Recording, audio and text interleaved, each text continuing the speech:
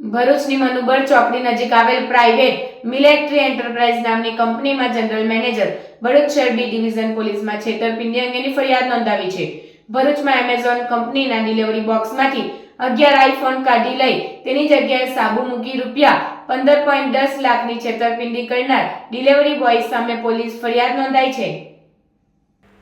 ભરૂચની મનુબર ચોકડી નજીક આવેલ પ્રાઇવેટ મિલિટરી એન્ટરપ્રાઇઝ નામની કંપનીમાં જનરલ મેનેજરે ભરૂચ શહેર બી ડિવિઝન પોલીસમાં છેતરપિંડી અંગેની ફરિયાદ નોંધાવી છે।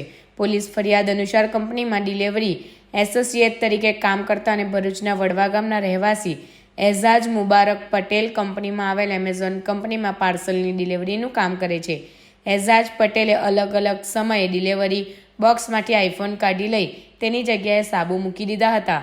આ અંગેની જાણ એમેઝોન કંપની સત્તાધીશોને કરવામાં આવતા તેઓએ ટેકનિકલ સર્વેલન્સ શરૂ કર્યું હતું, જેમાં એઝાજ પટેલે જ આઈફોન કાઢી લઈ છેતરપિંડી આચરી હોવાનું બહાર આવ્યું હતું, જેના પગલે તેની સામે ભરૂચ શહેર બી ડિવિઝન પોલીસમાં ₹15.10 લાખની કિંમતના 11 આઈફોનની છેતરપિંડી કરી હોવાની પોલીસ ફરિયાદ નોંધાઈ છે।